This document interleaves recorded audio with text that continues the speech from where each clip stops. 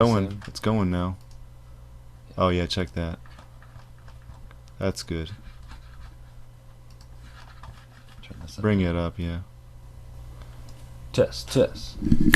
1, 2. Yeah. That's pretty good. That's good. Cool. Maybe you might want to, if y'all are going to sit that far into the couch, Oh, you have yeah. to scoot in a bit. Oh. Or if y'all sit back. Oh, really? If you guys sit back, you can sit further apart. Oh, okay, good. Okay. Yeah.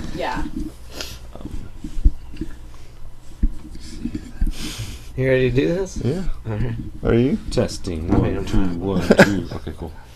I can see the edge of the computer screen in the frame. Take that out. Okay. Take that out. Alright, okay, yeah, I got all three of you. Yes. Okay, cool. Now we gotta pay attention to the mic and the camera. Lean in here for a second. Let's do this too, because this is gonna drive me fucking nuts.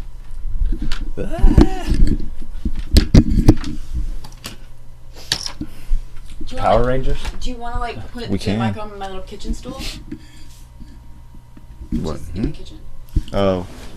Nah, I think we'll just pass it. Okay. Lemon-nose.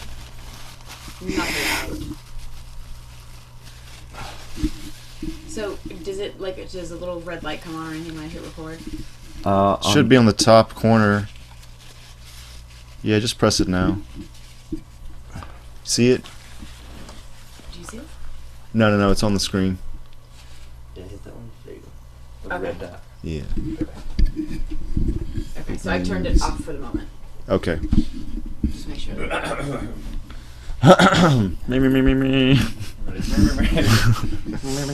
Where'd my water go? That's the real question. What? What did it look like? That was one of those spritzer bottles. One of the ones That's that over we moved over there?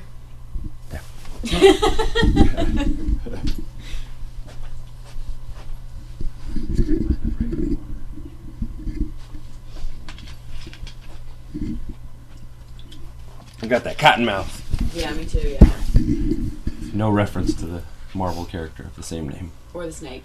Or the snake. All right, just let's do the intro first, too, right? Alright, ready to Yeah. turn it on? Yeah. We don't have to. How do we do it? Sorry, it's just this thing. Hold on. Let's see if I can make this a little better. All right, fuck it. We'll just talk real loud. All right. Level should be pretty good. Should I just? Good? Nah. You think it's okay there?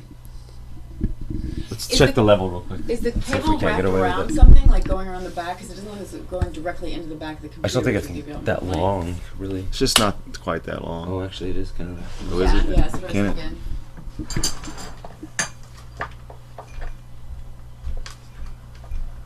Oh, maybe not, actually. Oh, that's a lot of slack, dude. Holy shit.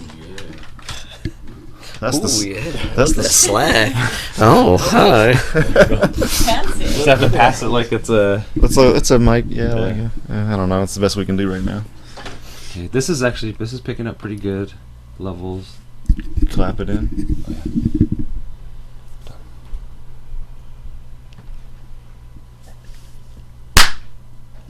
Testing 1 2 1 2. And then just maybe put that on the table real quick and see if we can't get away with. Testing 1 2. Check 1 2. Check 1 2. 1 2. I think Check. I don't know. I think if we crank it, we could get away with it. No. It's Maybe. Yeah. possible. Possible. Yeah, we can do this. Yeah, I think it'll be cool. All right. And this one's pretty good, so give it a shot. All right, intro. Okay. Ready? Yeah. All right. Welcome to episode 36 of the Superhouse podcast. We're doing the first time video recording of this, and Maddie is perfectly ready for all of this to happen. Yeah. I'm all here. So to get right to it, we're going to start off with kind of like us reaction video of us watching the Logan trailer first, right? Yeah. This is not our first time though to see this trailer. No, I think we've all seen it in our own respective. I watched it 3 times. Yeah. Right. Maddie's seen it a few times. I watched it. To be fair, the first time I saw it, I didn't have the volume was really low, so I really don't know what's happening. So we're gonna watch it and react to it. And there was a couple other trailers that came out this last week. Right. So a lot of good topics to talk about. I'm Stefan from Denver. Andrew from LA. Maddie from Cincinnati. In the bunker.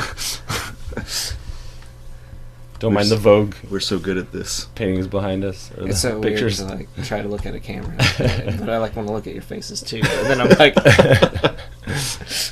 I'm a terrible actor. You're just like the whole time. Yeah, that's cool. These are great things. Yeah, I like all that. We like all this stuff. I didn't look at the camera. Okay. Why are you sweating so much? So we'll just dive right in. This is the Logan trailer, which, if you haven't seen it yet, watch it at home. Logan, what did you do? Charles, the world is not the same as it was. Mutants. They're gone now. I hurt myself today Cash was a nice touch right here. to see if I still I feel. mean, why not? Sure. Him having bloody hands, is that It's- because he doesn't have, it goes through his skin again? His healing factor must be affected or something. Yeah, you know? it's his mutant power is dwindling. That's why his scars on him now. Oh, Oh, Nothing is yeah. healing, that makes Oh, sense. that's properly. right. I guess for all the other and that's why it's mutants to be- aging. And he's for all the other mutants to be dying off too. Yeah. So to use his claws, it hurts a lot again. That's Yeah. kind of cool. I am still right here. And you like could have Serious business. They paid a lot of money for this song, man. Yeah, for sure. It looks like a Metal Gear movie, Yeah. almost. Like, I love. I didn't notice the robot hand Yeah, at that was first, cool. like until like my second viewing. I was like, oh shit. I will make you hurt. cool. I will keep myself. I would find a way. Logan, you still have time. Chills. Chills. I cannot Yeah, wait Yeah. for this movie. Yeah. Yeah. Yeah. It looks so good. My first reaction, like I said, I saw it on my phone. It was really low, quiet, so I didn't really get the full scope of what they were like trying to sell me or whatever. Yeah. It looks really good. It looks like I really like the guy with the robot hand and the glasses Yeah. and stuff. That's why I said it looks like kind of a Metal Gear. Like you're getting, because your initial impression is that it's just like kind of, you know, this backcountry setting. Like it could be any time. It could be the 1960s for all we know or something Yeah. like that. But to have those little bits of technology and stuff, and they're in like a future far flung from what we're used to or something like that. Yeah. Seems. Well, I like how we were It's kind of cool. talking about earlier about like the turtles. Like there's so much happening on screen. Yeah. And this film looks very desolate. Like it looks like a Mad Yeah. Max movie. Like Yeah. they're just going to give Yeah. you enough mutant Yeah. stuff to keep you going through this. And there's probably not going to be tons of mutants in this, but Yeah, it looks like good. it looks like they're giving Hugh Jackman like a lot more to work with too. If Yeah. you think about the last few times he's played Wolverine, it's been in X-Men movies, like kind of taking the reins and being the leader of the whole thing, you know. Yeah. But even then, they make room for all these other characters. The last Wolverine movie was cool, but I think they were still more concerned about getting as many characters in it as they could, or you know, obstacles in his way. Than this looks like a character piece. Like they're focusing on. I mean, it is. It's Logan. Like what a great. yeah, it's What a such great a great title. title for it. Like Then- my problem with the Wolverine was like another thing of like let's make it bigger, badder. It's like I would have just taken a guy in a Silver Samurai costume. Just Yeah, like, Right, there's no right, other right. need like Yeah, yeah. like that one fight he Stripped. has with the one guy with the samurai sword, like in the house. Yeah. I was like, this should have been the final fight scene. right. Like choreographed a little better lighting. Yeah. A guy in a Silver Samurai costume. But I didn't need the mech thing and like I Yeah. love the Wolverine up until the very end. Right. Like Yeah. even when he's like going to the house on the hill and he fights all those ninjas and they're shooting all the arrows. Like, Yeah, that I shit love is that. so cool. Like Yeah, they get a yeah, lot of stuff yeah. right, and then Yeah. as soon as that mech shit comes up, I'm like, oh god, Yeah. It was awful. yeah, dude, I can't. But this- that's what I like about this. It seems very simple. Like Yeah. all of the characters are going to be kind of downplayed. You know, like I don't know. Fighting soldiers and stuff. The antagonists that are introduced, and you know, it's like because now this one too, they're not restricted to just like try and capture the feel of his days in Japan like they did with the last one. Like Yeah, this one we don't have like whoever the antagonists are now. Like I think It's- they're called like the Reapers or something. yeah, something whether it connects to They're in Weapon the X or something, or like how it. whether it looks like somehow reflects some of his military background and stuff like that. So it's cool to see. Like I don't know who this character is, if he's a comic character or not. The villain. I forget his name.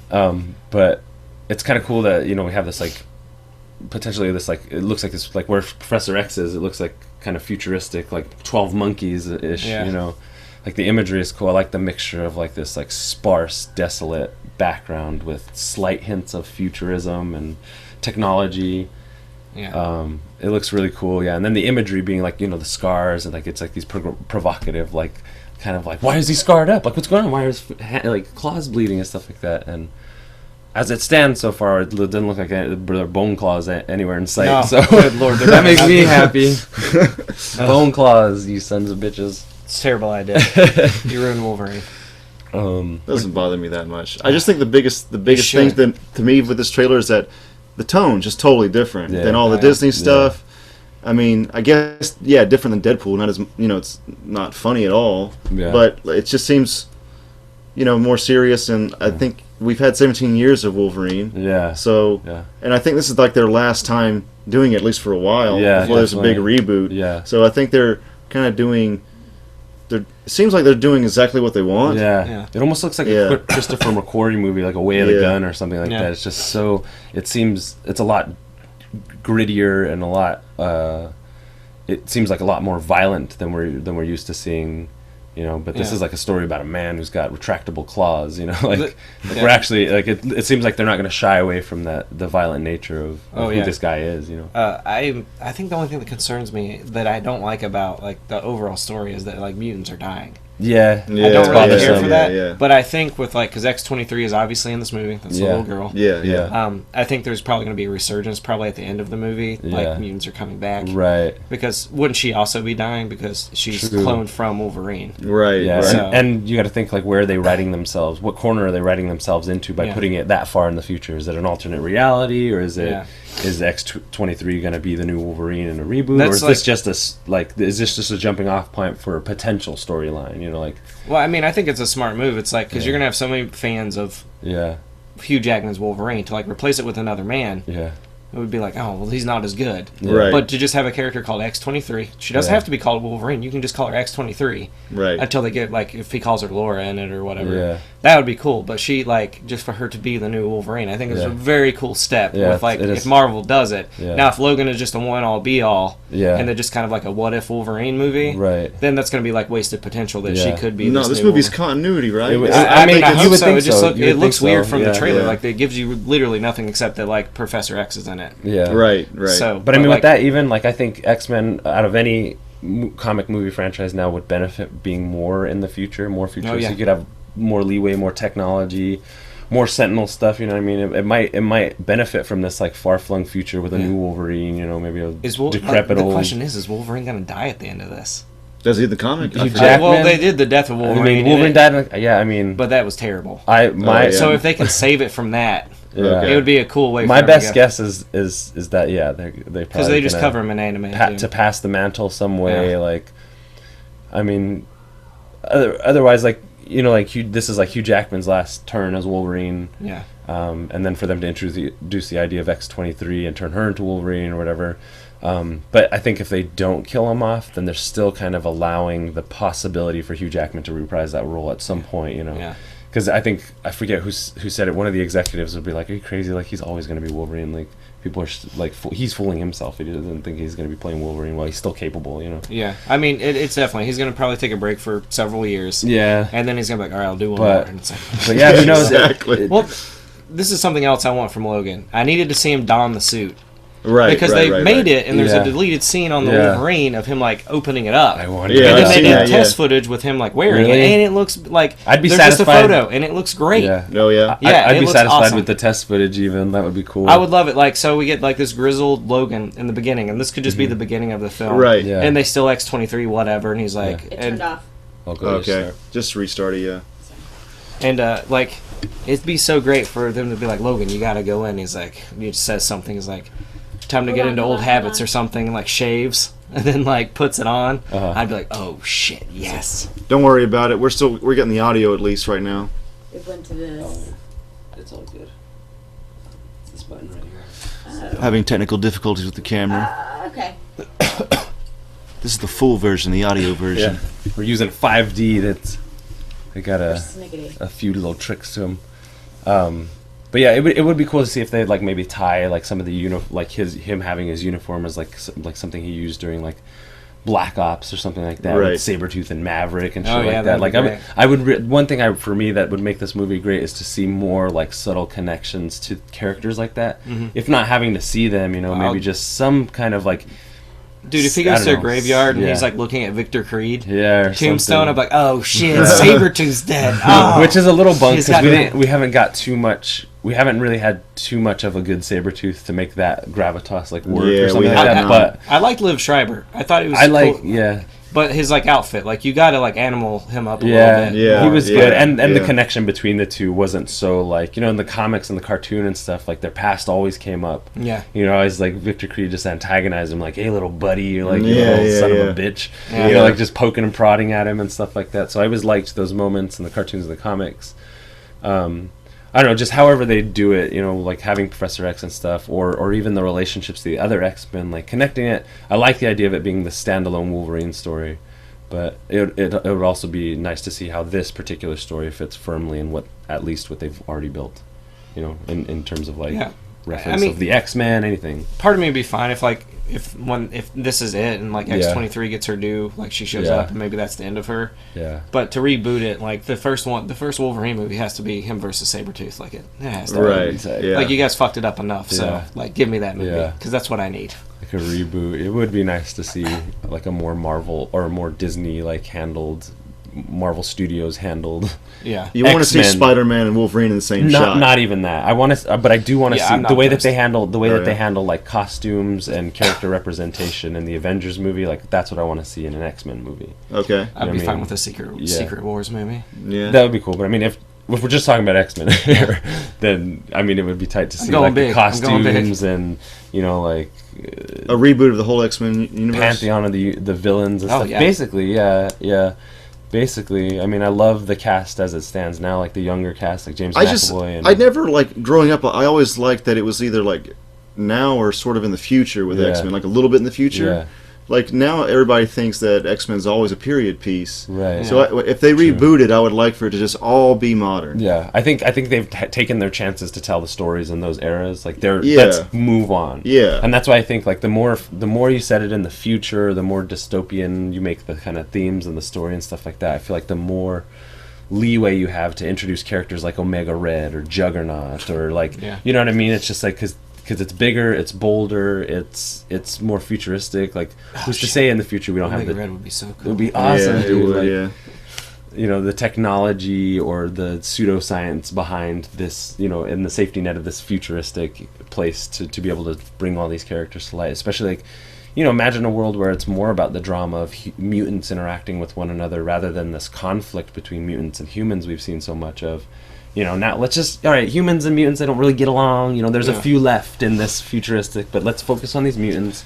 Let's focus on a world that they inhabit where they're constantly battling each other based on their ideologies or their moral or their emotional motivations to do whatever it is that they do. Because then you're just opening up the floodgates for, like, really cool characters. More Colossus, more, right. You know, I don't know. That's all I want. You know, you know who I really want to see? I really want to see. I would really want to see Multiple Man show up somewhere. Oh yeah. Like, that's such a cool power, and he's like such a son of a bitch, you know. Yeah.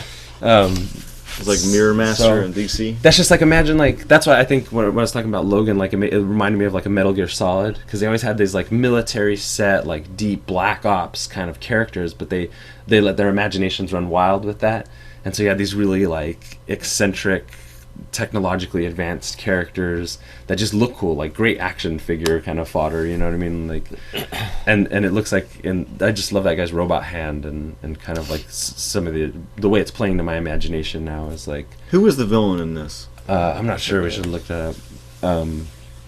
I got it.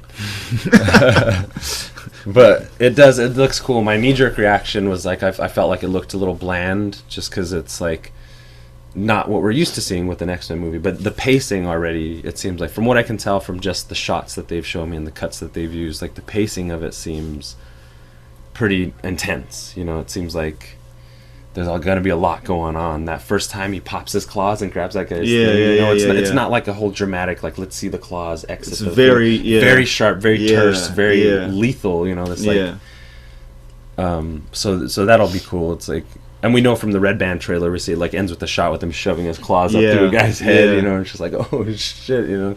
They in the last X-Men movie where they had the little cameo of Weapon X, which I thought was cool. Like, that movie, you know, say what you will about it, but there are a few moments in it where it's like they kind of like, since we're under the mantle of Weapon X, we can kind of give him his due in this really violent way, and he's like stabbing the fuck out of soldiers and shit. And hopefully they go crazy with that in this. Yeah, which they really can. You know, like, you know, he's like, who is he going to be swiping at? And like, we already saw there's a picture that James Mangold put on Instagram of the severed arm and holding the shotgun. Yeah. Oh, I missed that. So it's like, you know, they're not shying away from the violence. And well, he posted like the first page of the script, and it's like a fucking battle with like blood. Really? Yeah, like Wolverine fucking everybody up. Oh. He's like I think like the first line or something, and then it is like, I guess the guys come into the frame and Wolverine says "fuck."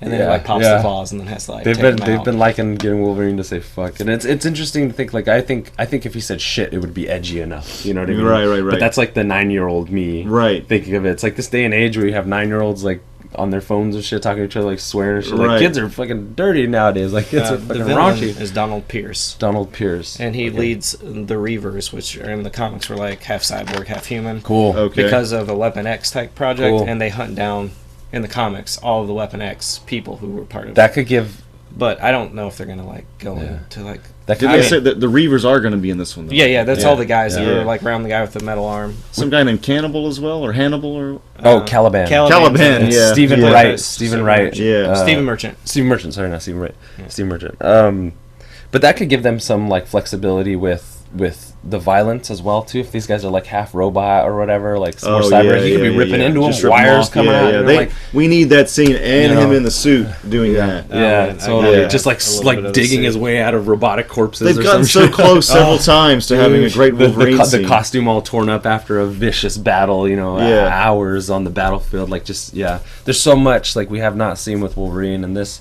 is a refreshing, at the very least, it's like a refreshing visual tone and approach. It's like, all right, I'm in. Like, there's some mercenary shit going on here. There's some. It's like so serious, but it almost doesn't work, but it does work. There's this like kind of father-daughter kind of thing coming along. This paternal figure. This like young, you know, the X-23 character. Yeah. I mean, that's cool. That's like, you know, I forget what that one movie was where you had the like bank robber or whatever. Him and the little kid. It's a Kevin Costner movie. This is one of your favorite movies, Maddie. Remember he's with the little kid. Oh, Perfect World? Perfect World, yeah. Oh, dude, it's got a little bit of Perfect World vibe to it. You know, you got this grizzled man full of demons, you know, full of skeletons in his closet, and what is he passing on to this little girl? You know, why is she being protected, and what's her whole deal? So definitely looks good, I think, so far. Just looking up at him. I know. Yeah, and that last shot. That last shot, he's like holding a shovel or something, or I forget. Or he's like holding her hand or something. Like his face is all looks like Unforgiven. Yeah, it's just like I can already tell. Like Hugh Jackman is just like, I want to fucking act again. You know what I mean? I want to do some acting. Let's make this shit. Right. So I'm really excited to see like what kind of performance. Yeah.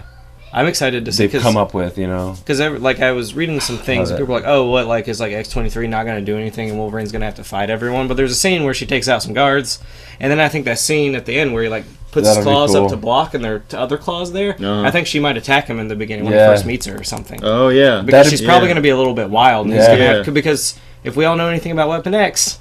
He was a fucking animal when he came out. So it'd be great to see this. Actually, I didn't even teach her how to be human. I didn't think about that. Because she's a clone. Like, she's never had awesome, though. Like, as far as we know, she probably like grew up confined. Like, I don't know. It could be awesome. So maybe it's not coming. I could also feel miserably. Maybe it's not coming. Like the way he's coming to terms with his animal nature is by seeing how destructive that power can be through her or something. That's pretty cool. I didn't even think about that. I just want to. I want to now. I want to right now. Yeah, it does. Wow, chills at the end, Logan. Yeah. So I can't wait for like a full like. Yeah. Actually, if they just gave me that, I'd be like, all right, I'm good. No more. I don't want to see anything else. Just the trailer? Yeah. No, I mean just like not another trailer because they're obviously going to do a Logan trailer too. Yeah. I'm just saying if that was all I got, that's all I need. Oh, okay. So. Yeah, for sure. It's a new Wolverine movie. Yeah, it looks cool. You could just really say it could be called New Wolverine movie, and I go, all right, I'm seeing that. Yeah, I'll be the Wolverine movie. Yeah, opening day. Take my money now. Sir, it doesn't come out till next year. I'll wait here. So you want to move to the next? Okay, so now we're moving to the latest Guardians of the Galaxy trailer, Galaxy 2, and Volume 2. Volume 2, and we've all seen this one already as well. Yeah. So this is a little refresher for us. So cool. I only watched this one once. I only did 2 like small, like I said, on my phone.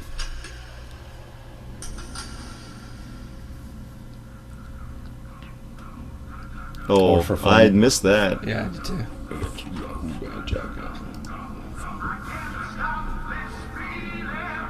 I hope they have a new song for the next Get a whole trailer. new mixtape.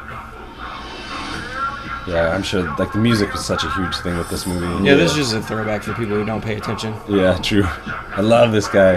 I love Michael Rooker's character. Oh yeah. I like the new look of whatever that character that's played by the girl from Doctor Who.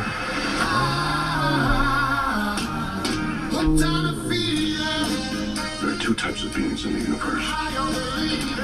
Those who dance and those who do not. I get it, yes. I am a dancer, Gamora is not. You just need to find a woman who is pathetic. Like you. Thanks, buddy. Do you need a hug? No. No, I do not. I said no. You're welcome. That's good.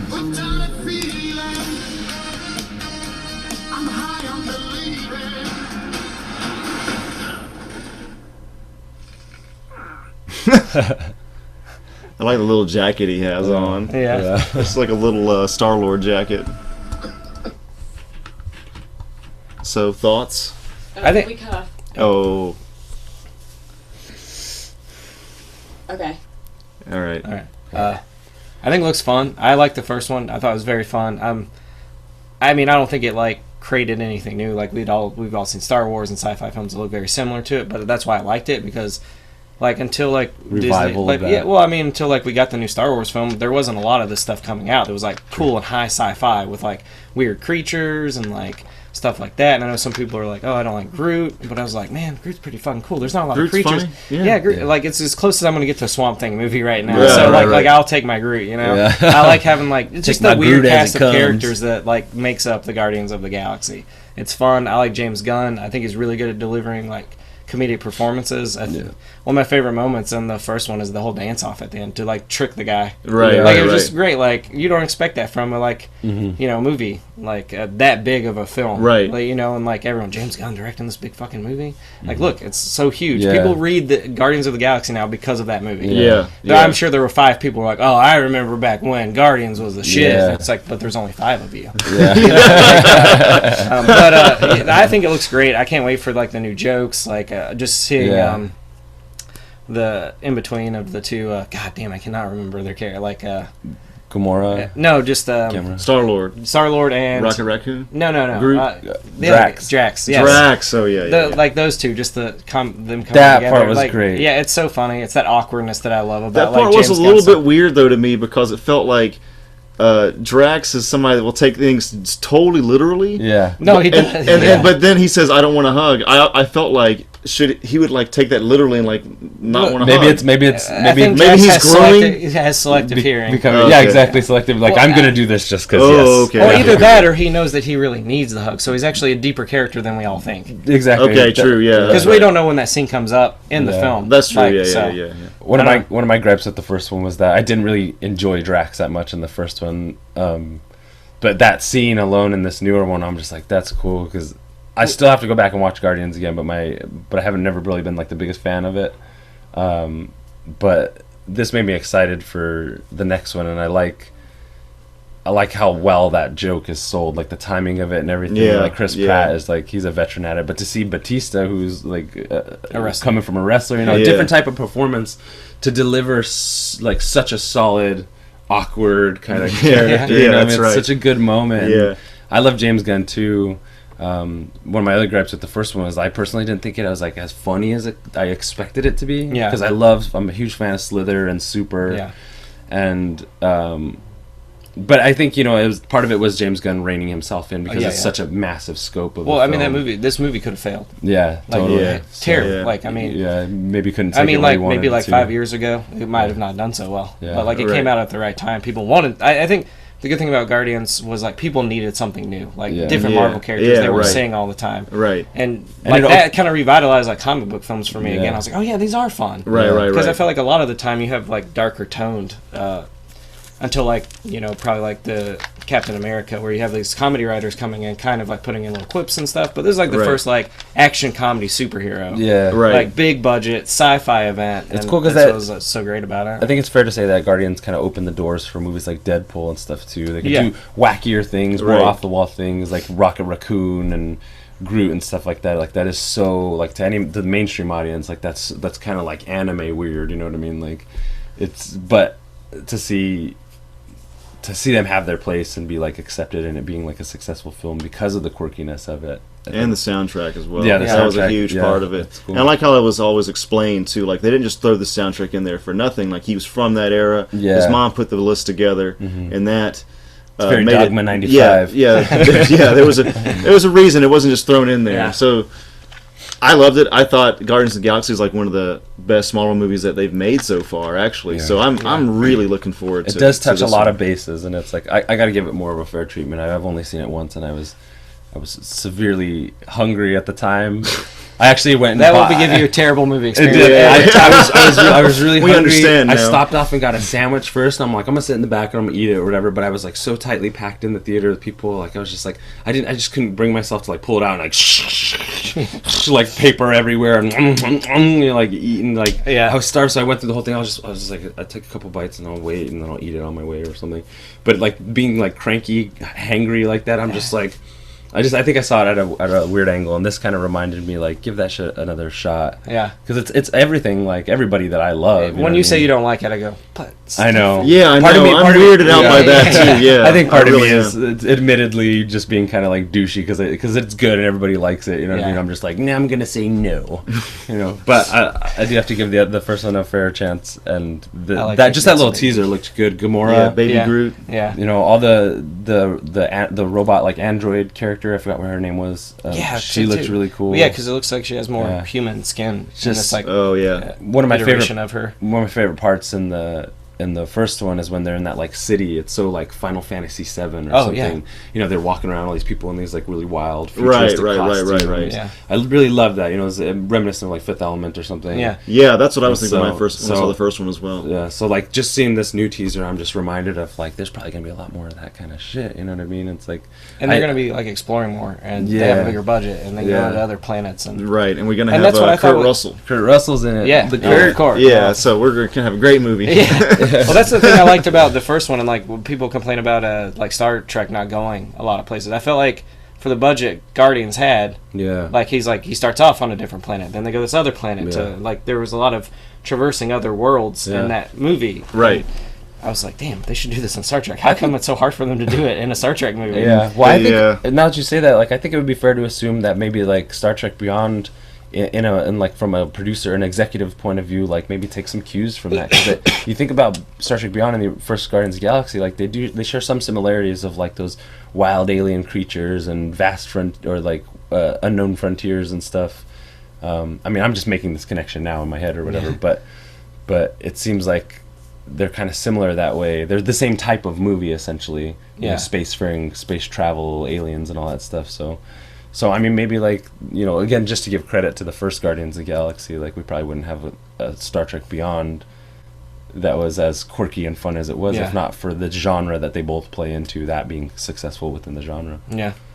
It looks great. It does. I just want to know what I like Baby Groot. So I'm glad that they kept him baby. That's making him grow up again. Yeah, I like. Yeah. In the comics, it usually takes him a while, from what I've read, for him to grow back to that size. Right. So I think that's really cool. That's cool. And it's what kind of part is he going to play? As is he going to be faster because he was a little slower? Because he was bigger. And he's a little sapling now. Yeah. So it'll be a whole different dynamic this time around. Because he is a baby now. So it'll be maybe he's causing mischief on the. He's like a little gremlin now. And that shows why Rocket Raccoon's so protective of him. Yeah, maybe, yeah, I can't wait to see the dynamic between him and Groot as a little. Yeah, like is Groot going to be a little more mouthy? Like say Groot's a couple more times. Maybe Groot, like little kid voice. Like, Groot. Oh yeah, I never thought about that. Yeah, it'll be fun. I'm excited. I think it's going to be a solid movie. Definitely. James Gunn, I'll watch anything he does. True that. So I want to Slither 2, James Gunn. If you're watching, Slither 2. You can make it happen. I'll give you that money. Now we're going to move on to Red Dead Redemption 2. And I got to say, honestly, I never played the first one. Oh. I have no... You definitely should. Yeah. I'm going to have to pull Kim here. Get out of this house. So I'm super fresh to this one. Probably my third favorite game of all time. Really? Yeah. Yeah, that's good. All right. It's so good. It's, that good? It's definitely worth like playing through it at least once. Okay. It's so good. So yeah, Rockstar just released the trailer for this a few days ago. Yeah. After a couple teases on Instagram and stuff of a couple graphics and logos or whatever. But everybody knew it was coming. Like, everybody's just waiting. Like, please just drop that. It's like they waited to the last fucking instance to just be like, oh yeah, Red Dead Redemption 2, and you're just like, oh yeah. So that's this trailer here, and I'm fucking psyched.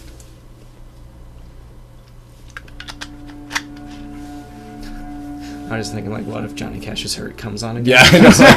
Like, damn, everybody's all about. Look at that. It's just so like. This looks real, dude. It looks real. The atmosphere of the first game was just so rich, man. That this is ridiculous. This is like. When I watch like game trailers now for games coming out, like this is like I'm gonna forget to watch this a myself. Movie or a yeah, it's game. like that. Or I also get like kind of nervous. I'm like, this is gonna be too real, man. Yeah, maybe. Like I'm gonna get like locked into this shit. VR Red Dead. But I mean, the detail, just Rockstar put so much effort into. When the time comes, you gotta run and don't look back. This is over.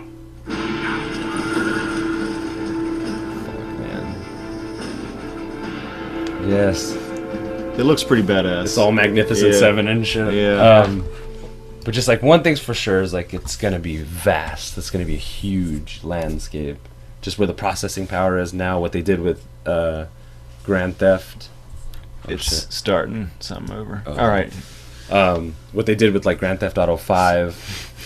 And that image of that person's ass butt. in the truck. Unless you're laughing at Ken Bone. Well, I'm turning that window off.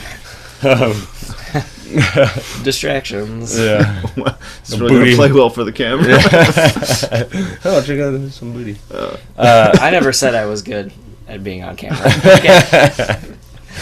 Fine so far. Okay. Doing a great job. I mean, look, it was an ass and a pink fucking semi coming at it. I was like, I can't not look at that. The graphic for the audience not able to see what we were seeing. It was like a person still bent from over. like a Grand Theft Auto mod or something. Yeah. Like that.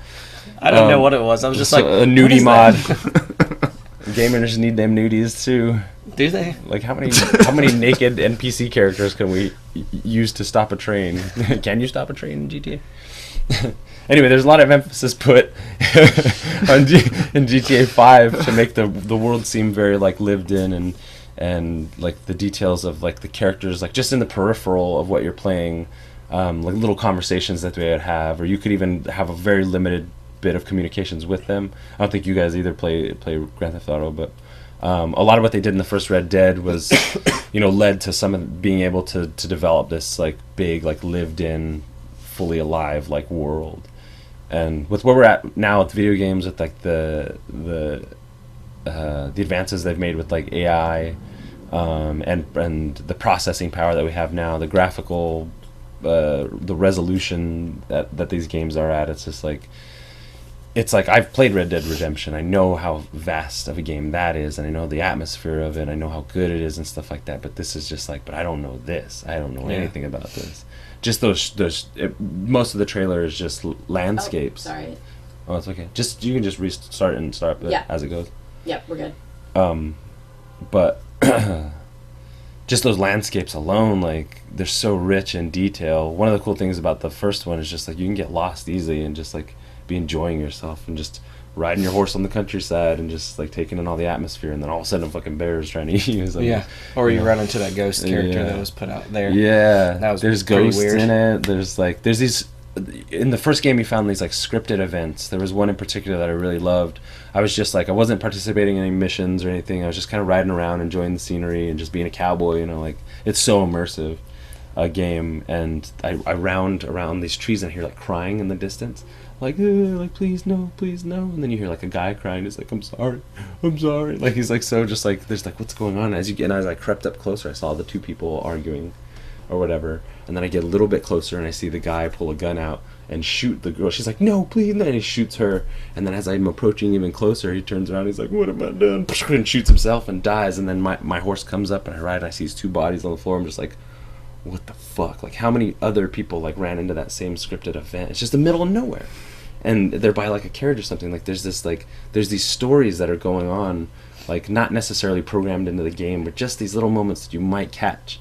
It's like I'm really hoping for a lot more of that. You're like walking through the town or whatever and just catch like little glimpses of someone getting mugged in the alleyway or something, or these little conversations of, you know, gamblers talking or something like that. Yeah. It's just like it seems like they've been spending a long time on this game.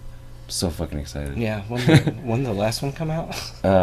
We were still living in Chicago. That was like 2008 or 9 or something like that. Yeah. 2009, I think.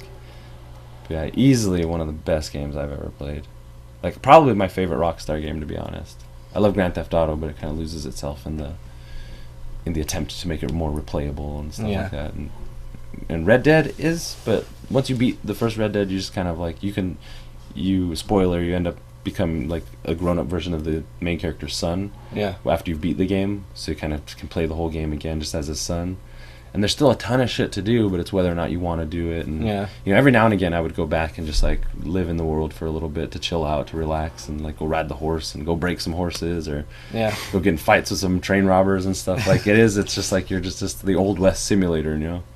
And I mean, and cinematically, it's like Rockstar's always on point with their writing and their emotional moments and stuff, especially in these Red Dead games, because there's just so much drama in the Old West. Like the only reason I never got into these games before, not even like Grand Theft Auto, I just always like get too overwhelmed with sandbox games.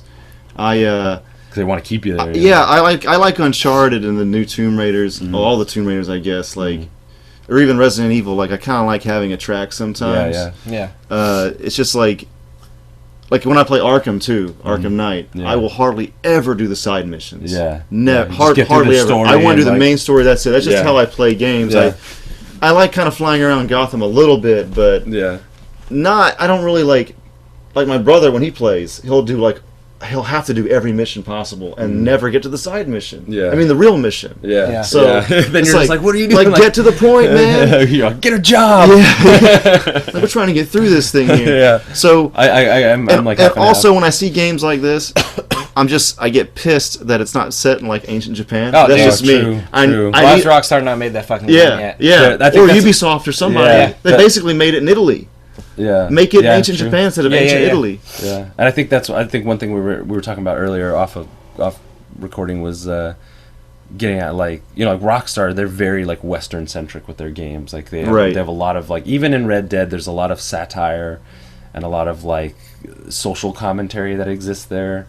So like I don't ever think we'll see like a Rockstar samurai game. Hopefully that'd be fucking awesome. There's a market for it, I think. But yeah, they'd have to like apply it to that sensibility. I think that most of the games that the company are kind of built around. Right. You know, even the Warriors game, you know, it had some of that like kind of cynical, sarcastic social commentary that existed in kind of like all their games, I think. And I think, I'm not sure if that's something deliberate, but I feel like at this point it probably has to be. Yeah, it would be cool. It would be cool. Because they've kind of like cornered that niche of like street games. I mean, it'll be interesting to see in the next few years like what kind of games they end up making, because so far it's been a lot of rehashing of their old properties. Like there's even rumors that there might be a new Bully game.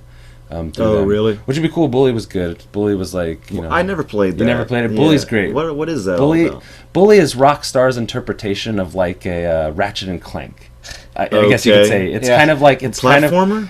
And not so much platformer, but there is a lot of like running around, throwing apples at people from over here, and getting like soda power ups and stuff, putting kids in lockers, and it has like it's you can't say it's like a kid's game really, but it plays on that like immaturity, like fart jokes and slingshots and stuff. It's a very like Bart Simpson type of adventure, you know what I mean? It's like, it's these very, you know, if you think about Grand Theft Auto, these big like heists, these big missions and gun battles and stuff with police, like it's so not that. But it's open world. But it's a sandbox game, and it's got its own fight engine, like bullies, like you're fighting off bullies. It's got you know, the Warriors and Bully used a very similar fighting mechanic, which is really satisfying. You really feel the punches and stuff, and it's even more funny in Bully because you're just kids, you know. You're seeing these little scraps with these kids at school, and then like they're like, oh, I'm gonna tell my mom on you, and they like run off after you beat them, and there's like little puzzles and stuff, and just little games. So it kind of has like that.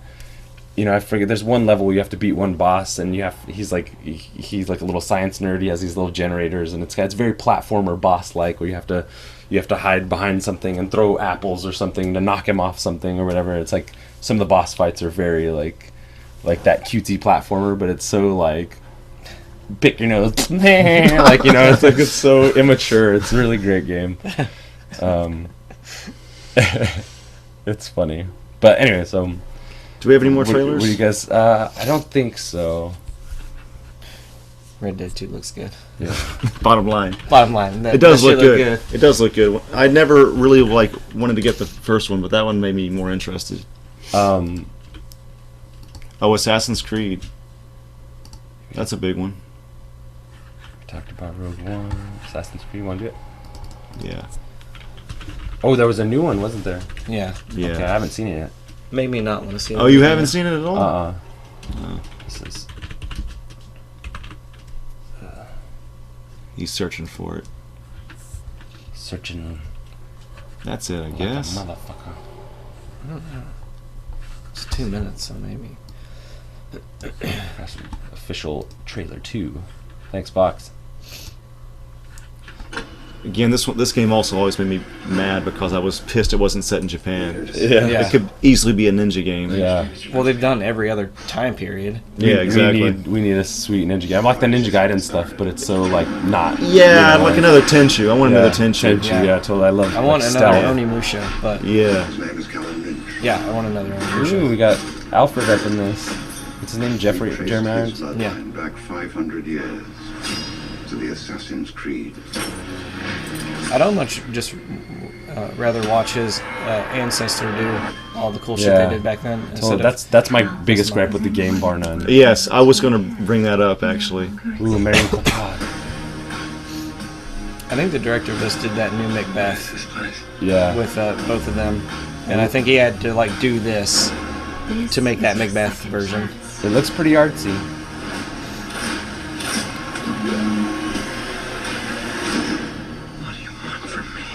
Your past. You're about to enter the Animus. What you see, hear, and feel are the memories of your ancestor, who's been dead for 500 years. Wait a minute! Welcome to the Spanish Inquisition. This looks just like the game, man. Glad they didn't use that Kanye song again. That shit's cool. Yeah. There's more ninja shit in this trailer than in Turtles. Yeah. That's true.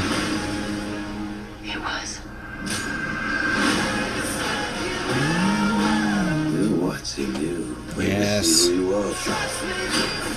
Omar.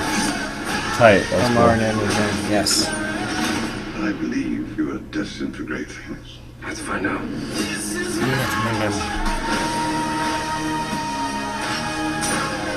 Oh, yes.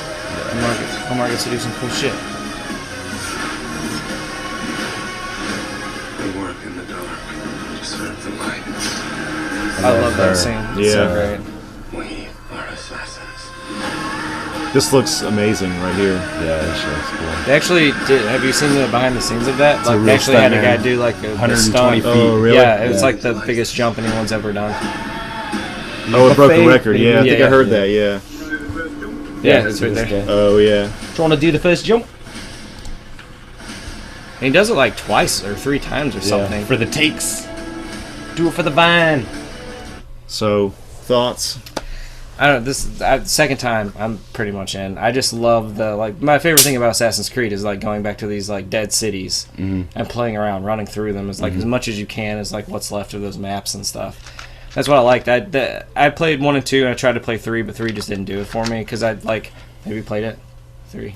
I've only played Black Flag. Was it like the pirate one? Yeah. I haven't played that one. Yeah, it's good, but I never beat it. But 3 starts you off as a character who is an assassin.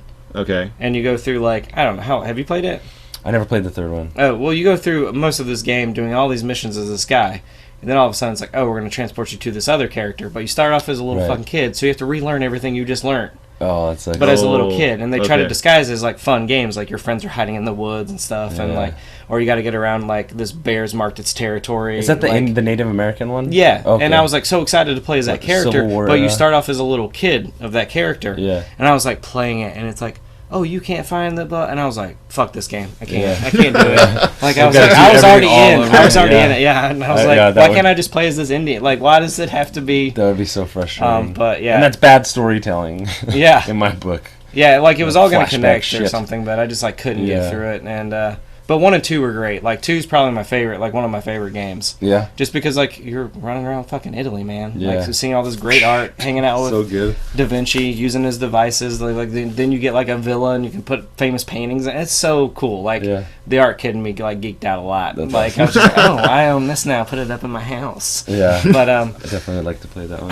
Yeah, it's good. I like the first one too, even with its clunkiness. People always complained about it, but I was like, man, how many times do you get to like run around dead cities and like the reason I was clunky was the reason that I couldn't play it that much. Yeah.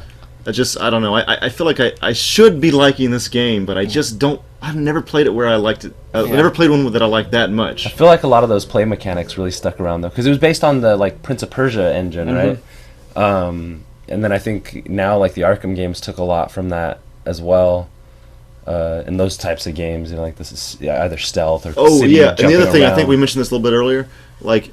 When you play the game, you feel like they tell you you're not the assassin. You're playing somebody else that's jacking into your own memories. Right. And I feel like that's just too much separation when you play a game. Yeah. Like, you know, it's almost like the same thing as like those Pokemon card games on Game Boy. It's like that's already a separation.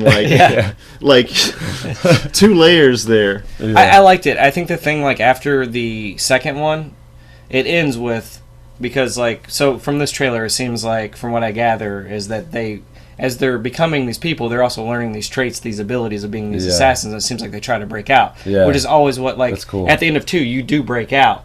So I was waiting for Assassin's Creed 3 was playing in a future world as, like, a new, like, a whole new high-tech assassin. Game I want. And I was like, yes. And then Assassin's 3 came out, and I was like, I still want to play it because I like the series. But it's just like, dude, like, it's cool running around and during this time period, but I want like give me a futuristic city. Let me see like assassin shit I can do it there. And keep the franchise going. Yeah, let's do it, Ubisoft. And they still haven't done it to this point. Like, it's not like it's coming out this year. It's just like. And then what you're saying about like a feudal Japan one, like why is that? You're fucking. They would be a perfect company to do that. Actually, Ubisoft would be a great company to do that. They've said before, like publicly, we have no interest in doing that. Really? Yeah. Somebody's got to, man. Because I mean, you have a lot of games coming from Japan that have that like side note tangent. That have that like historical background and stuff. Like the most recently, probably Neo or whatever. Where you're fighting like a lot of yokai ghosts and stuff like that. But it's very Japanese style gaming, you know, a lot of stuff popping up on screen, a lot of point systems and combos and stuff like that. Yeah, but the Japanese they have that Yakuza series. Yeah. And that's basically their GTA. Yeah. That's good. But it would be nice to see, I guess, like, you know, games like Red Dead Redemption or Assassin's Creed, like what we're talking about, like these sandbox, like we really haven't had. Like, I gotta tell you, even when I play like Skyrim or something, it's like, this is really cool, set it in but this is it's always European medieval mythology and all that. I want to see medieval Japan and throw in ghosts, throw in all their ghosts. Like I want to see that. But you want all their monsters. That was basically like Onimusha. Yeah. It's like fighting all those demons. Yeah. Like a sandbox Onimusha would be great. Yeah, that sounds amazing. You can travel anywhere. Like you just put Red Dead and Onimusha together and fucking great fucking game. Based it off a real samurai, like they did. I think it was the second one. Like the guy actually existed. Oh yeah. Yeah, and they just modeled that after him, and Dude, this game's great. Like, the third one's okay, but 1 and 2 were fucking dope.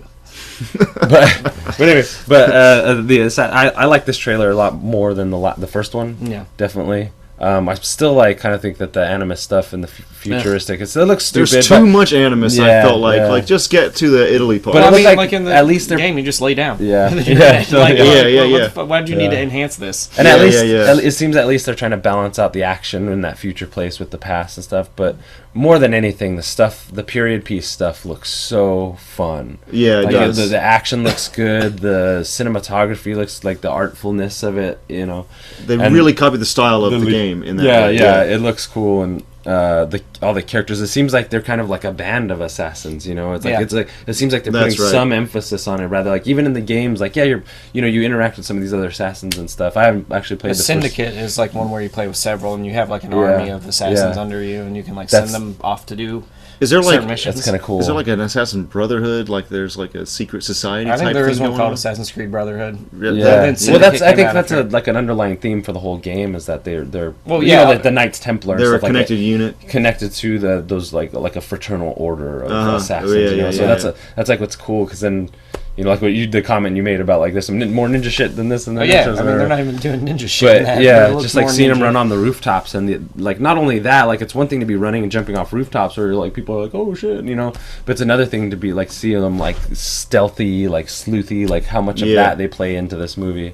They spent a lot of money on it too. It looks like cinematography is amazing. Totally. It looks like definitely like that stunt they didn't skimp on anything really. It seems like. I mean, it seems like they have a solid director trying to make like a legit movie out of a video game, and a video game that was very easy to easily made into a movie. It was a very cinematic game. Yeah, and it seems like Michael Fassbender had like like a good enough sense to like want to make a push for it as well. Like, get behind it. I think he's behind it like an executive producer.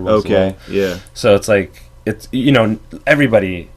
Like Michael Fassbender at this point, and for the longest time, he could do no wrong. Like pretty much every movie he's in, even if it's not necessarily the best movie, he's so good in them. He's a great Magneto. Yeah, and he's a great Magneto that much, but he's a great fucking Magneto. I love the scene in the new one with like I would watch an entire movie about him just living with his family, and then that last scene where he does trying to hide it. But like he just tries to hide it, saves people from everything, and then like the end of that movie was him just killing those cops, and then just like bowing his head, and the movie ends. I'd have been like.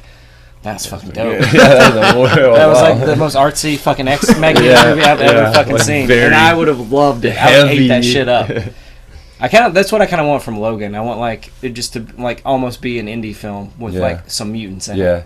I want the action. I want like bloody claws, like all that shit. But I want it to kind of feel like a smaller film. Like I don't know, like more intimate, I guess.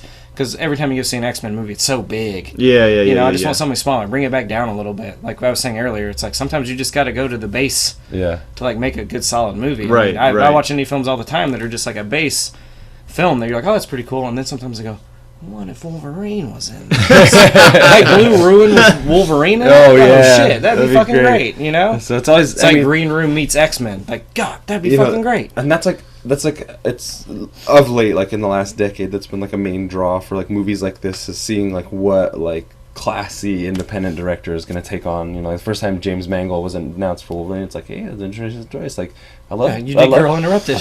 Weird. Last Samurai for that matter, or whatever.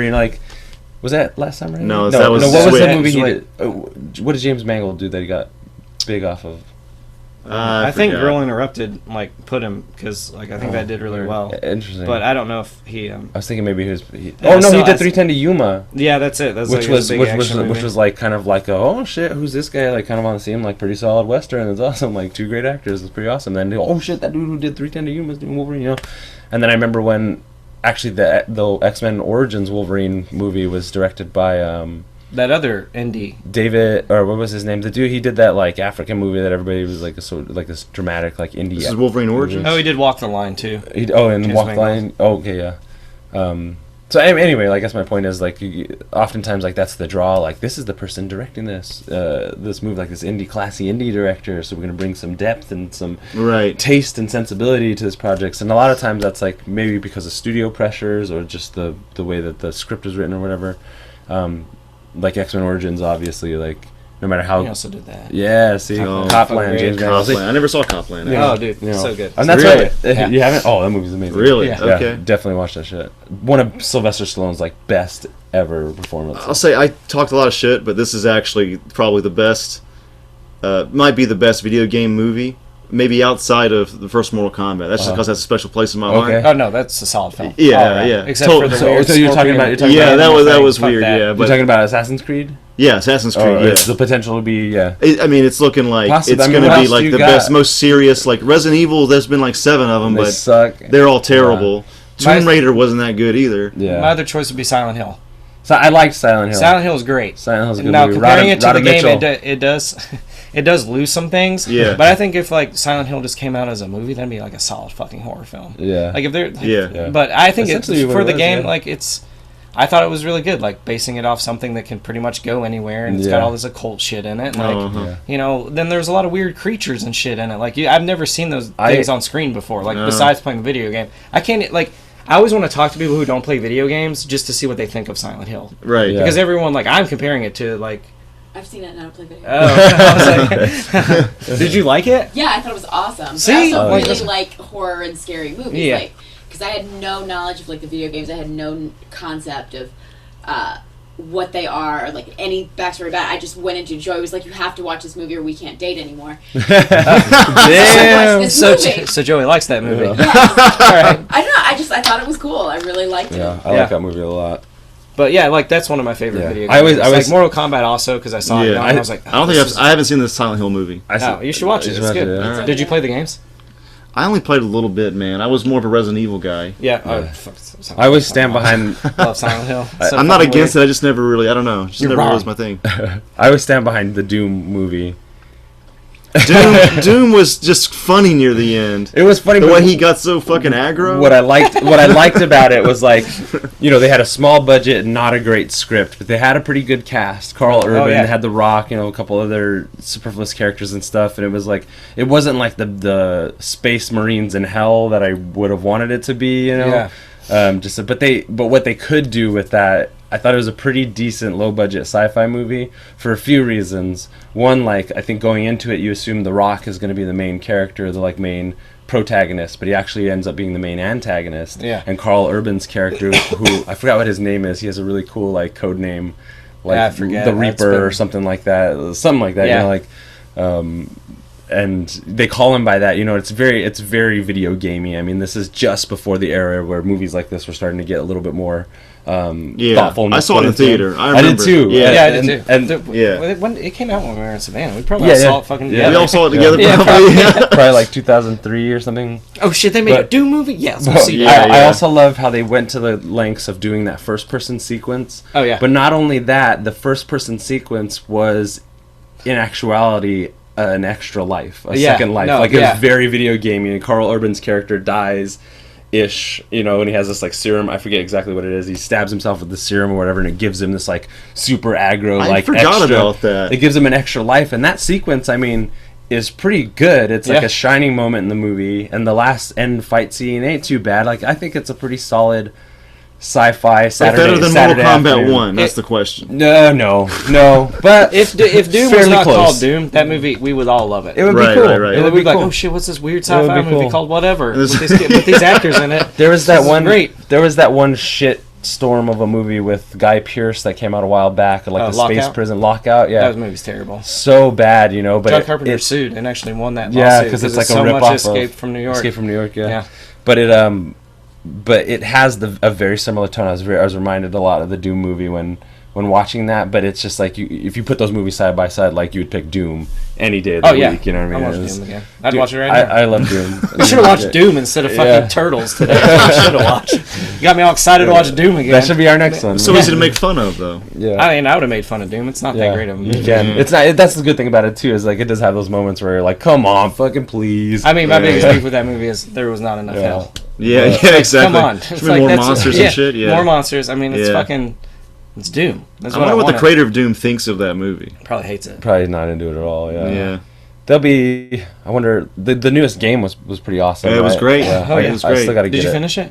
Yeah, first Doom ever finished. Nice. Yeah. Yeah, I gotta get it. Yeah, I finished other Dooms, but It I was have not that game finished was this weird too, because like it was literally all it was doing was giving you less ammo and more monsters to fight at the same time. one. Oh, dude, I'm That's stuck all the still. fuck it is, but like, that's all you need. Yeah. Like I was fine with that. Yeah. Yeah, that's No, cool. and Keep the keeping things metal simple. soundtrack. Yeah. Yeah, that was a huge in this one, man. Yeah. Huge. That's cool. That's great. I can't wait to play it. They really lean into the Yeah. hell part more. Do they? Well, I mean, you have to. It's fucking Yeah, Doom, yeah, man. sure, Like, yeah. come on. Yeah. That's the biggest disappointment for the movie, because like Yeah. Stan Winston did, his creature effects shop did like a lot of the Doom for the movie. Really? Yeah. Did a lot of the creature effects, and I was like, oh, this is gonna be fucking great. Yeah. And it's like there's like 5. Yeah. Oh, totally. yeah, yeah, There's yeah, not yeah. very Like, many of them. And I didn't like Rock because he just like he transforms into a demon, but it's like He I wish looks they so would've- stupid. He looks so bad, and it's like Yeah. you couldn't have had him just transform into a monster, monster like, like straight anything up, else yeah. Yeah. from the game. Yeah, like there are a yeah, shit yeah. ton of cool looking monsters in that. Right, Like you yeah. couldn't have made him. Totally. I don't know. It's like Yeah. a wasted effort. It almost seemed like they're like, shit, we spent a lot of money on that first person scene. Yeah. Rock, we're putting really shitty makeup, and here's our finale. Just Right. and some wire work, like. But watching that movie, when they cast him as Dredd, I was like, good choice. Yeah. Because Oh, people were definitely. like, Carl Urban is Dredd, blah, blah. I was like, watch Doom. Again, another Yeah. movie on the better side of things that kind of shares that same tone, the low budget, like confined spaces, Dude, kind of like. Dredd is fucking awesome. Dredd's amazing. Dredd's amazing. Have you seen that? Actually, I have not. You've never seen Dredd? I haven't seen Dredd. That- You were if- like the worst Out film. of all the shit we just talked about that you haven't seen, like Dredd. Everybody tells me that. Dredd yeah. is the one Yeah, to yeah. watch. You'll yeah. love it's, it, it's, yeah. it's a throwback to like those 80s like hard R sci-fi movies. Okay, It's so okay. good, and I'm not against And it. it's check it out. oddly man. feminist. Oh my god, it's so good. Oh yeah, Yeah. I've heard that. Yeah, I've heard Because that. Dredd barely talks. It's Right. so good. He's there to like fucking. He's a just kill. force. He's a force of nature. You Yeah, know what I that's mean? it. And it's about the Anderson. It's about her emotional turn that she takes. It's so good. It's like Okay. yeah, Alright. Lena Headey plays the villain. Anybody who hasn't seen Dredd, See for it. shame. See it now. It's actually Yeah, kind of for hard to shame. find. I feel bad. It's actually kind of hard to find used too, because Yeah. I've been like Is it- scouring for is the it still on Blu-ray. Netflix? Oh, yeah? Still No, on it's Net- not. They it's took it off. Damn, yeah. Oh. It's a great movie. They had it on there forever. I was like, you should watch this for like a third time. And I was like, I'll get to it. Yeah. And then they took it off. I was like, fuck. Now I want to watch it. What about the original Super Mario Brothers movie? That's one of the worst movies ever made. Do you think so? Yeah. I don't think it's that bad. I don't think it's that bad either. Are you fucking kidding me? I actually read a diatribe no. on it one time. Yeah, it's one of I the read worst it- No, I movies was ever trying to, made. like, I just watched. No, I've seen worse. Yeah, I've seen worse. definitely, Like, definitely. at least it's like, like it's so weird.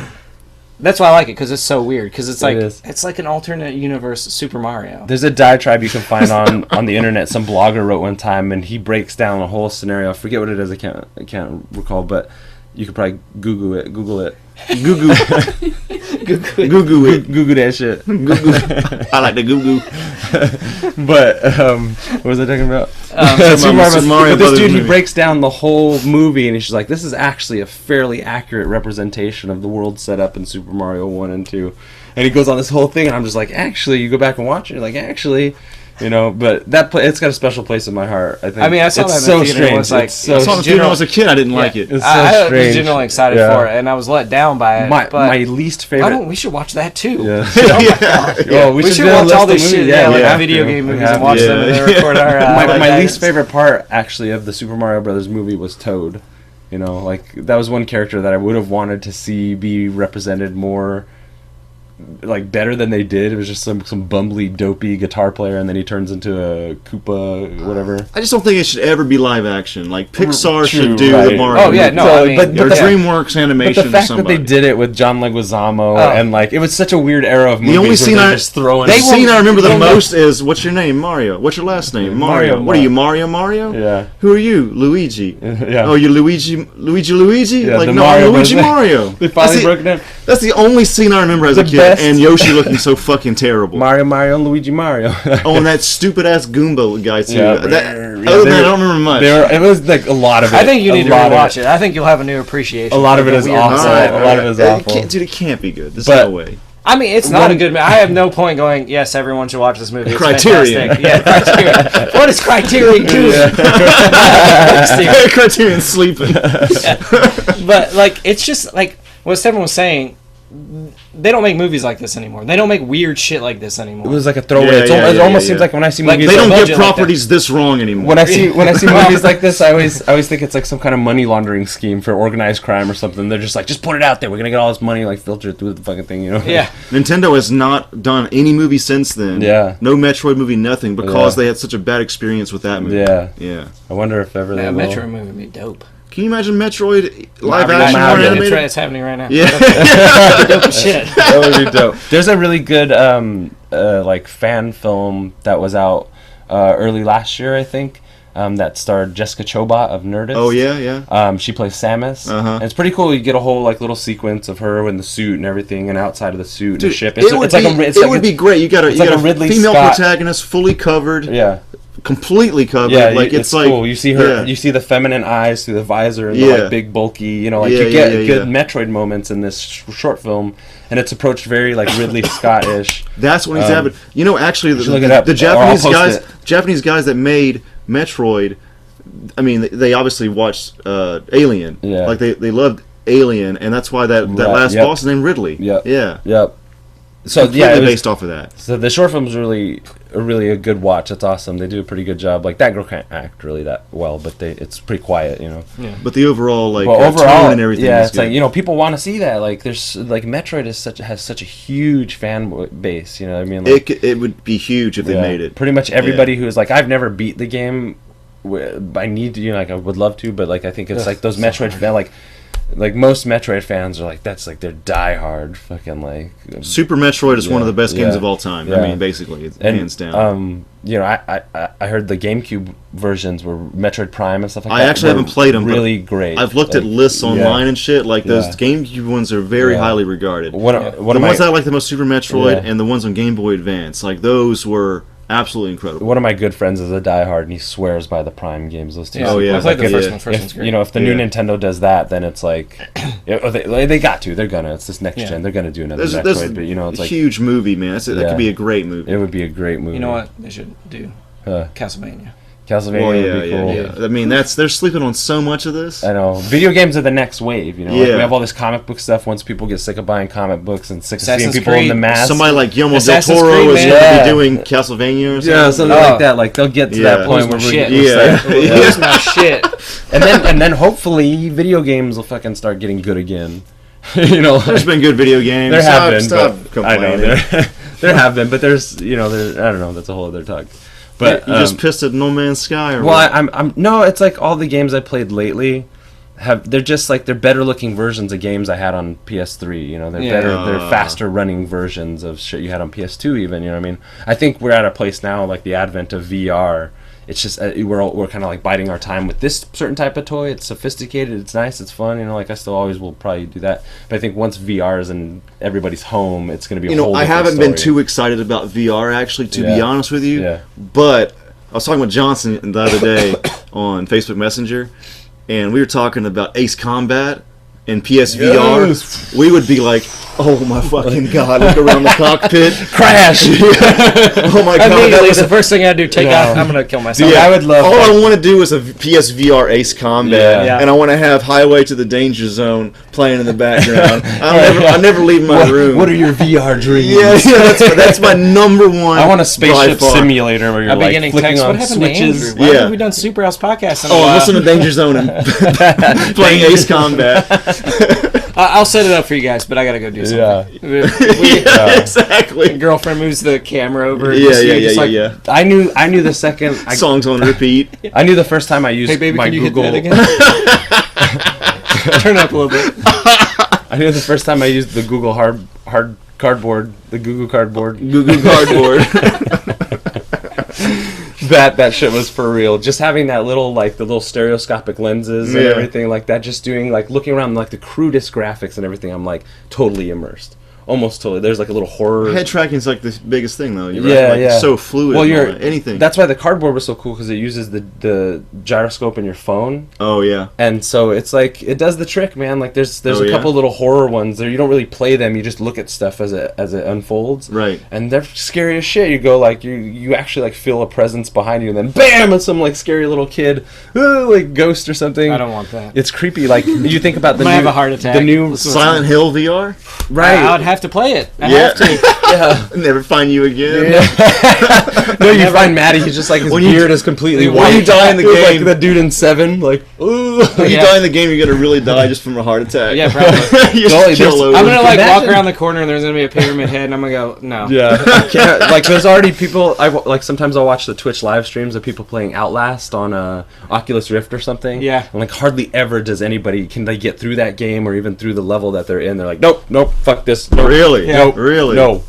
You know, let's play Rocket League or something for a little while. Like something like, got to get my mind out of this. There's actually evil shit in this world, and I know that because VR told me so. Yeah. Jesus. You know, like imagine the new Resident Evil demo that came out. You know, that shit was terrifying. I played it in broad daylight with the lights on. You know, I'm just like, I actually haven't played that either. I opened the windows, I opened the door, I let people come in. But I was still scared. But it's so very obviously like a lot of games, even Grand Theft Auto put in a first-person mode after a while. Like a lot of games. You know, even No Man's Sky, to its credit, is not just like a first-person shooter. It's kind of a first-person look around and see things kind of game. Also, be good in VR. I think it'd be a better experience. I think it's just like you know where we're at, like with what I'm talking about, like innovations in gaming. I think what we're so ready for is taking that first-person experience outside of a military kind of setting or something and doing many other things with it. And I don't think not just running and shooting. Yeah, and I don't think that has been necessary. I don't think that's really captured people's imaginations up until now, because we're so ready for VR, because there's so many close simulations to that. Mirror's Edge, first person Grand Theft Auto 5, you know, games like that where it's just like to experience more of this world from that first person. I want to be Spider-Man. Totally. Just any of it, like anything you could possibly imagine. We're getting to a point where it's like, I mean, VR is going to change everything, in my opinion, I think. And so it's like, you know, a lot of the games that are coming out, like lately I'm just kind of like, I don't know. But I mean, they're good, but now we're getting into the idea of like transporting our minds to other worlds, simulated worlds. But do you think we'll see more of an increase we're in through the looking glass here, boys? We'll see more of an increase in just first-person games in general. I want a first-person like surfing game, you know what I mean, or like a California Games or something like that, where you're, you know, like whatever. That'd be incredible. Or a skateboard simulator, you know. I don't know how you do that. Joysticks and what's that? Like, that Second Life shit.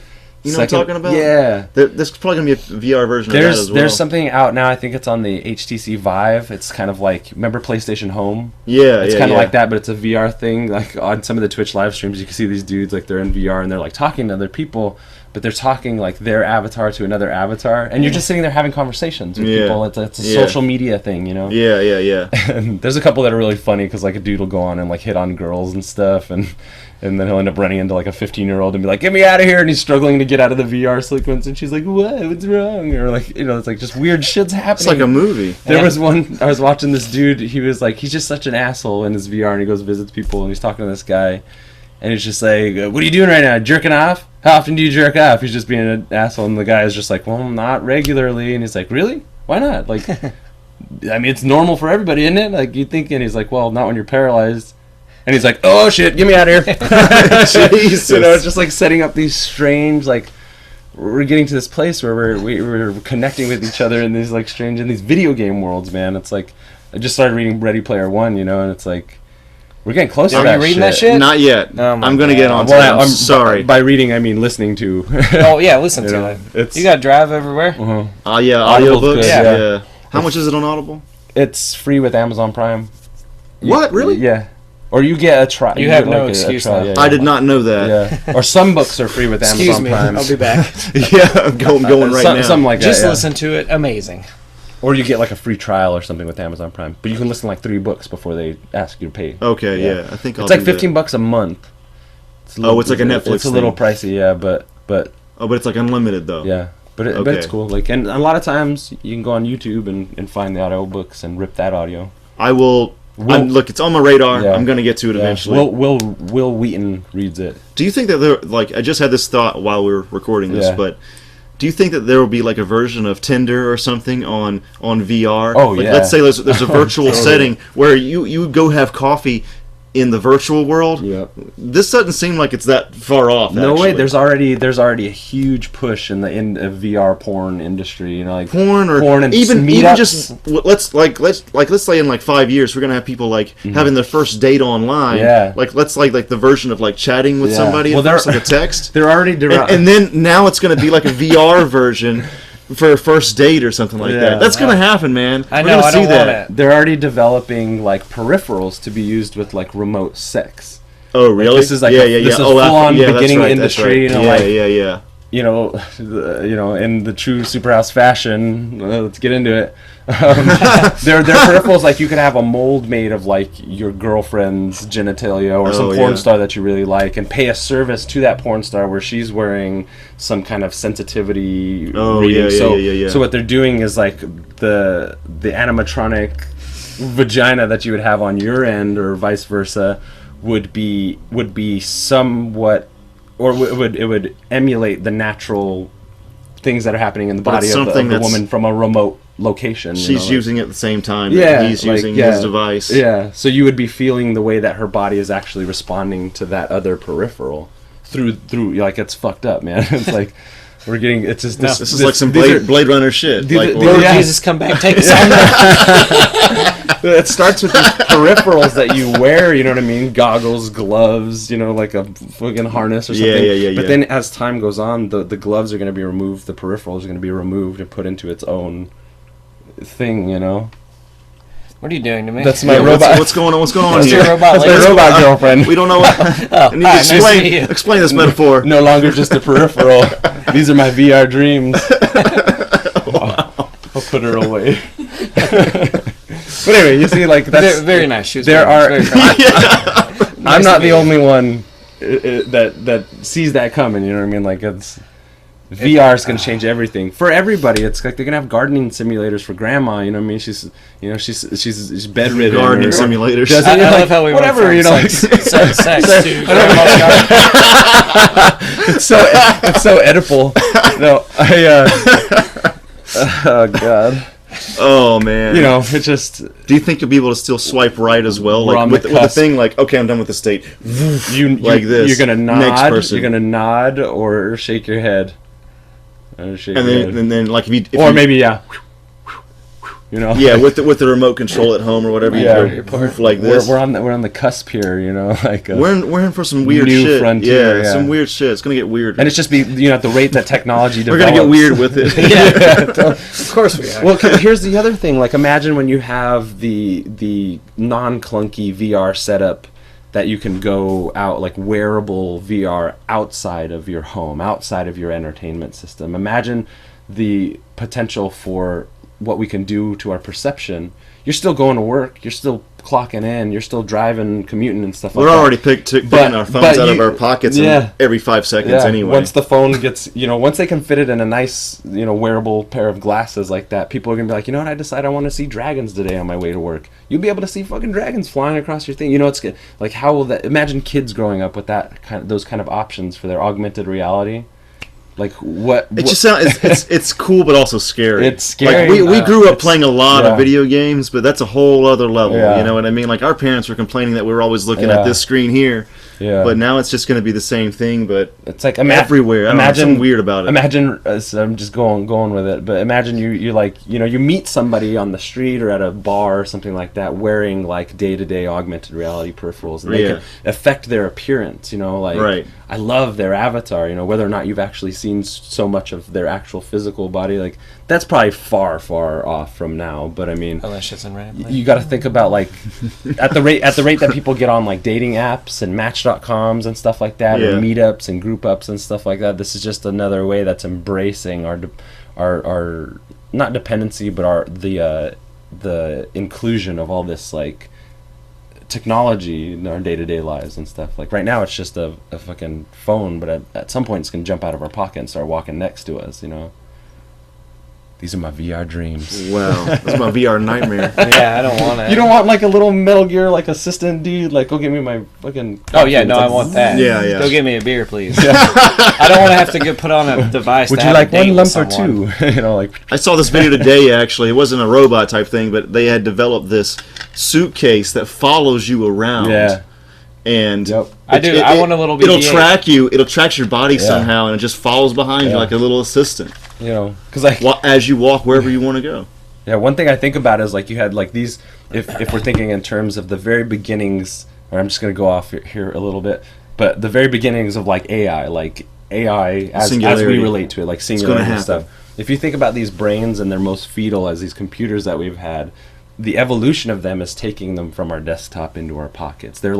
They're evolving to move along with us. You know, Skynet. The way that other symbiotic relationships develop. You know, this is just my speculation. Obviously, that's not okay. So you know far, what so I mean? good, Like sometimes, and the way that we're so like, we like our phones. Like, where's my phone? Oh my god, where's my phone? Like now, it's like if you lost your little flip Nokia, you're just like, oh, you know, I guess I gotta get a new one of those for like $50 or whatever. But this has so much of your.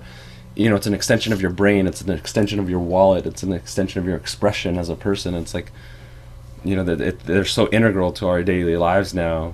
And like sometimes it's not hard for me to like kind of, I guess, anthropomorphize that a little bit in some way. Like this is another thing that helps me think or whatever. And I mean, just thinking in terms of like AI and how that's going to, you know, interact with us as humans. You know, it's like it's. You ever seen what's that movie about Ray Kurzweil? What is it called? Singularity Man or something like that. It's all about the singularity. Yeah. That I think is one of the best documentaries I've ever seen. That's a good one. There's a good one that Werner Herzog just did. Actually, it's called Lo and Behold. It's kind of like an overview of AI, the internet culture, internet boom, and like it's kind of putting a scope on like we've never seen this before. It like we're the most connected but least personal?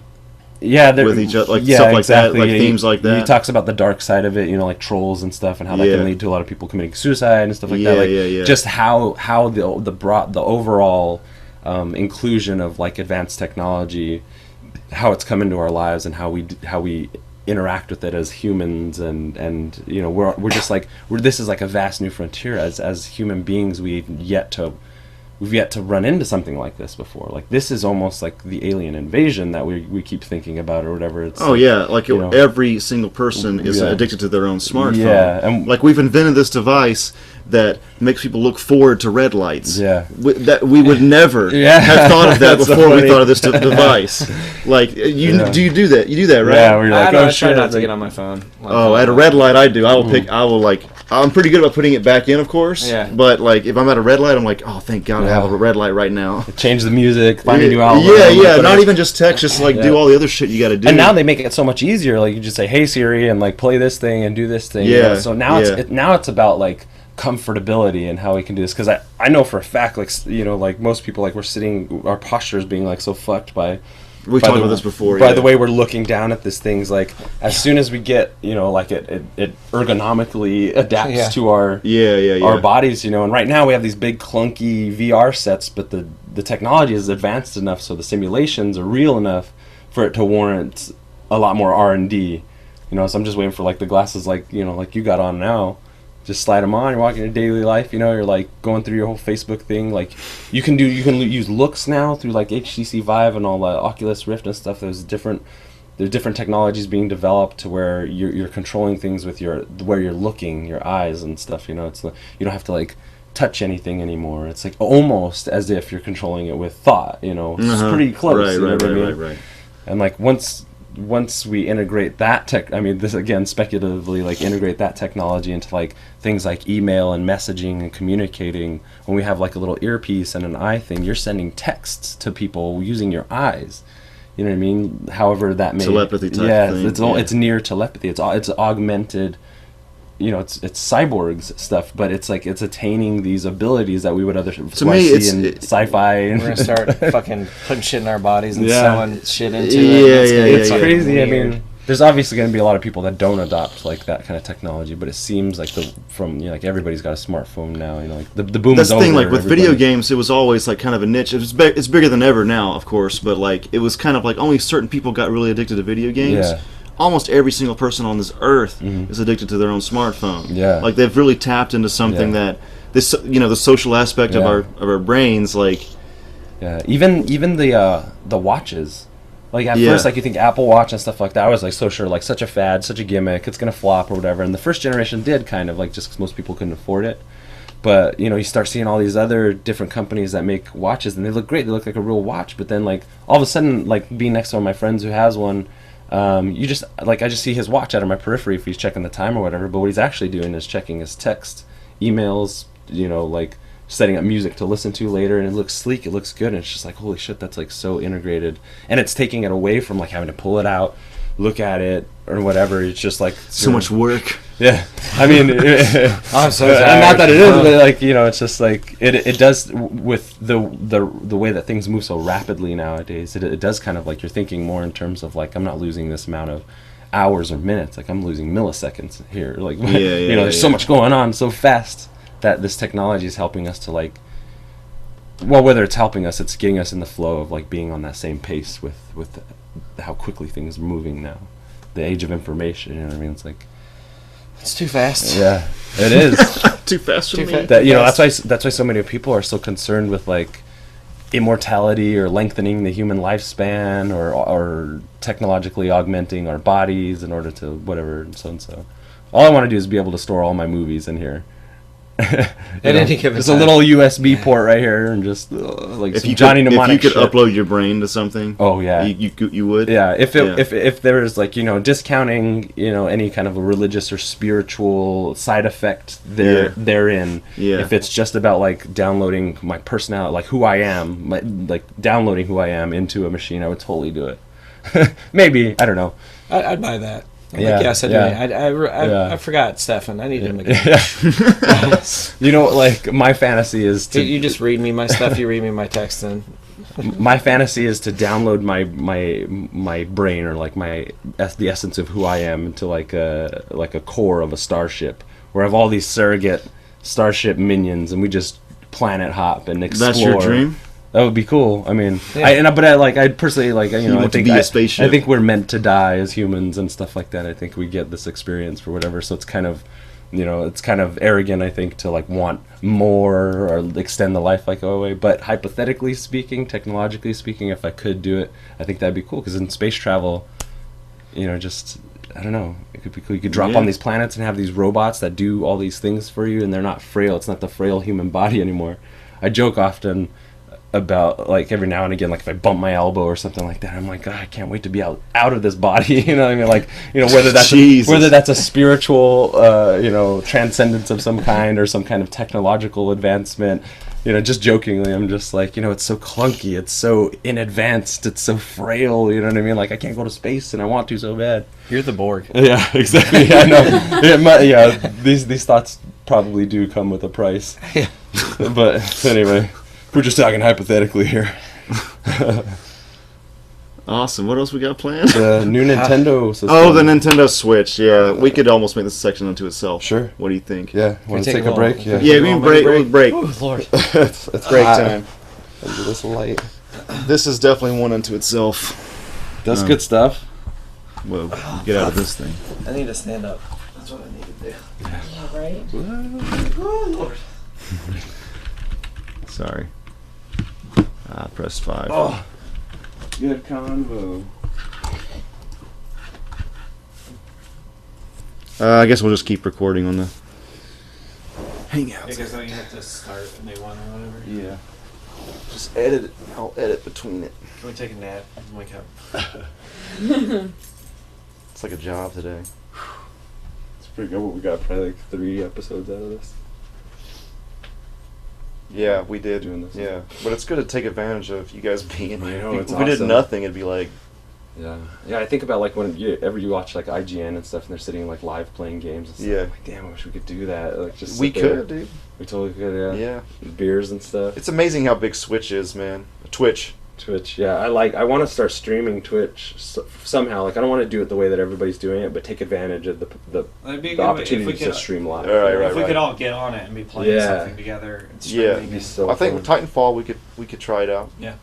It's a co-op, right? Yeah, I think so. That'd be cool. even death match, whatever. Yeah, that'll be fun.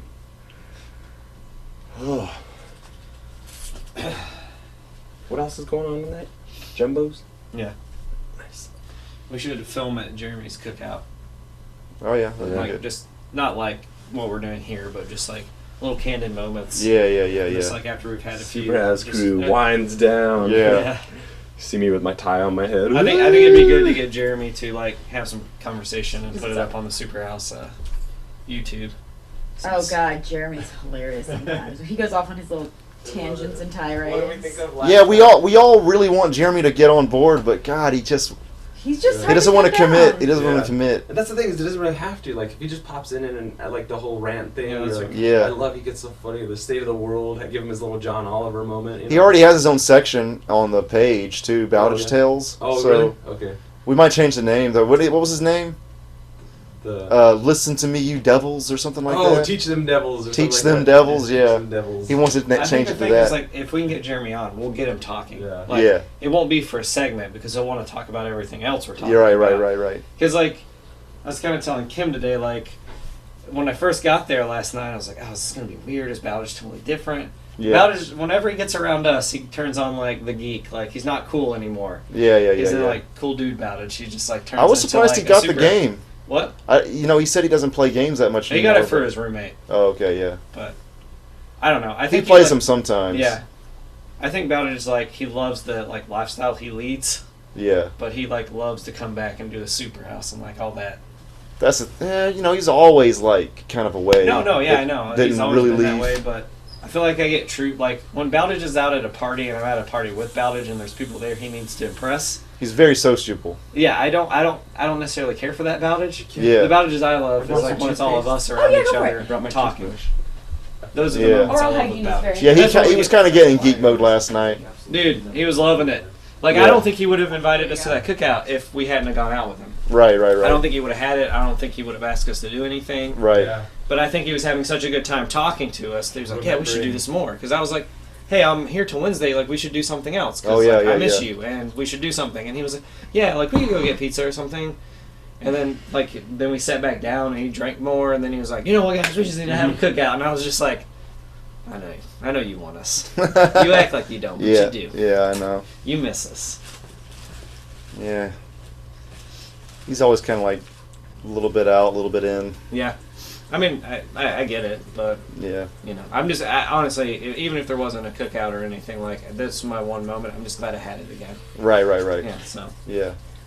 Because I remember when we would do the early podcasts, like when he would come in and you guys would do them on lunch or whatever. Yeah. Like, those were really fun, and once you get Bowditch talking, it's hard to slow him down. Yeah, right? And he's so funny. He's so fucking funny. Yeah. Oh my God. He was hilarious last night, too. Yeah. I know, I missed that. A lot of, like, college was, like I feel like I took a lot from his type of conversation. Yeah. Oh, yeah. And that helped me, like, better express myself in conversation. I always hated when we'd end up at, like, Abby's house with him.